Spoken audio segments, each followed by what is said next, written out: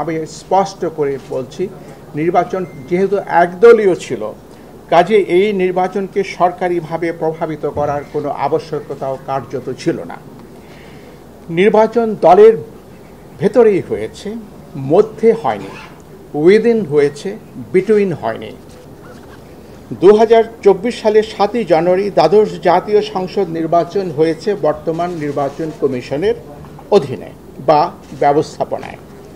44টি নিবন্ধিত দলের মধ্যে 28টি দল নির্বাচনে অংশগ্রহণ করলে প্রধানতম বিরোধী দল বিএনপি ও সমমনা দলগুলো নির্বাচনে অংশগ্রহণ করেনি। নির্বাচন সেই অর্থে অন্তর্ভুক্তিমূলক হয়নি। কমিশন বিএনপি সহ সমমনা দলগুলোকে নির্বাচনে অংশগ্রহণের জন্য একাধিকবার আন্তরিকভাবে আহ্বান করা সত্ত্বেও তারা নির্বাচনে অংশগ্রহণ করেননি। নির্বাচনে অংশগ্রহণ করা বা না করার বিষয়টি একটি রাজনৈতিক দলের নিজস্ব বিষয়। নির্বাচন স্থগিত বা বাতিল করে দেওয়ার মতো কোনো সাংবিধানিক ভিত্তি ছিল না। সেই কারণে অনেকেই কমিশনকে দোষারোপ করছেন। নির্বাচন কখন, কী কারণে, কতদিনের জন্য স্থগিত করা যাবে তাও সংবিধানে সুস্পষ্টভাবে উল্লেখ করা আছে। অতীতে কখনোই কোনো নির্বাচন বাতিল করে দিয়ে কোনো কমিশন পদত্যাগ করেননি। সম্প্রতি ভেঙে দেওয়া সংসদের 299টি আসনে নির্বাচন প্রার্থীদের মধ্যে ব্যক্তিকেন্দ্রিক প্রতিযোগিতার মাধ্যমে হয়েছে, দলের মধ্যে নয়। 299টি আসনে 1969 জন প্রার্থী প্রতিদ্বন্দ্বিতা করেছেন। নির্বাচন নিষ্পন্ন করা অতিশয় কঠিন একটি কর্মযজ্ঞ। নির্বাচন গ্রহণযোগ্য না হওয়ার সকল দোষ ও দায়-দায়িত্ব সকল সময় কেবল নির্বাচন কমিশনের উপর এককভাবে আরোপ করা হয়ে থাকে। একটি কমিশন না হয় অসৎ বা পক্ষপাতদুষ্ট হতে পারে, কিন্তু সকল সময় সকল কমিশনই অসৎ বা পক্ষপাতদুষ্ট হতে পারে না। কমিশন বিভিন্ন কারণে নির্ভেজাল গ্রহণযোগ্য নির্বাচন করতে অক্ষম বা অসমর্থ হতে পারে।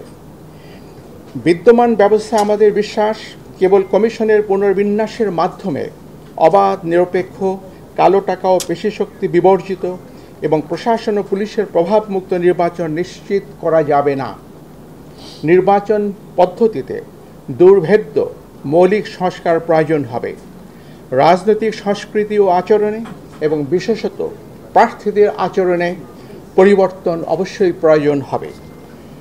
1973 থেকে হওয়া অতীতের অন্যান্য সকল নির্বাচন ছাড়াও 2008, 2014 এবং 2018 সালের নির্বাচনের বিতর্কিত সন্দিগ্ধ বিষয়গুলো বিবেচনায় নিয়ে কমিশন পরবর্তী সকল নির্বাচনগুলো সতর্কতার সাথে আয়োজনের চেষ্টা করেছে। জাতীয় এবং স্থানীয় সরকারের বিভিন্ন স্তরের নির্বাচনে দিনের বেলায় ব্যালট পেপার প্রেরণ, কতিপয় উপনির্বাচনে ভিডিও পর্যবেক্ষণ, ইভিএমের ব্যবহার, দেশের সকল জেলায় একই দিনে, তবে প্রতিটি জেলার প্রশাসনিক সীমানার মধ্যে মাঝে 3 থেকে 5 দিন বিরতি দিয়ে 5 থেকে 6টি ধাপে নির্বাচন অনুষ্ঠান, সরকারি কর্মকর্তাদের ব্যাপকভাবে রদবদল ইত্যাদি গৃহীত ব্যবস্থা নির্বাচন অবাধ, নিরপেক্ষ ও সুশৃঙ্খল করতে অনেকটাই সহায়ক হয়েছিল। নির্বাচন মূলত একদলীয় হওয়ার কারণে কারচুপি বা সরকারিভাবে প্রভাবিত করার প্রয়োজন ছিল না। আমি স্পষ্ট করে বলছি, নির্বাচন যেহেতু একদলীয় ছিল, কাজে এই নির্বাচনকে সরকারিভাবে প্রভাবিত করার কোনো আবশ্যকতাও কার্যত ছিল না। নির্বাচন দলের ভেতরেই হয়েছে, মধ্যে হয়নি, উইদিন হয়েছে, বিটুইন হয়নি।